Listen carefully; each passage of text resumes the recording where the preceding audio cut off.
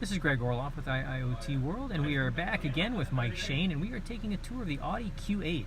So Mike, walk us through some of the features that are fundamental to BlackBerry's technology that's in this car. So one thing that people like to see here, we've got the 3D view here. So this right here is going to show you some seamless graphics here, but you get a live view of what's happening around the car, but it's almost as if a drone was flying around the vehicle. It looks really interesting in that way. One other thing that I can touch on is because you've got this additional companion display down here, what I can do is I can dial a number, for example, like, let's see here. 8, 6, 7, 5, 3, 9. There you go. We're calling Jenny. Wow, all right. Dial Jenny there. And other things that we can touch on. You've got your nav here, so you can see that.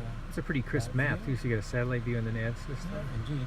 And a lot of the core technologies here, they're really the building blocks for autonomous drive. So QNX has been doing this for a very long time. So everything is it really dovetails nicely into the requirements that manufacturers have in this space. So we make sure that we've already done this for numerous years, and it's a very good fit for autonomous. Great. Thank you so much, Mike. Appreciate the time. Thank you.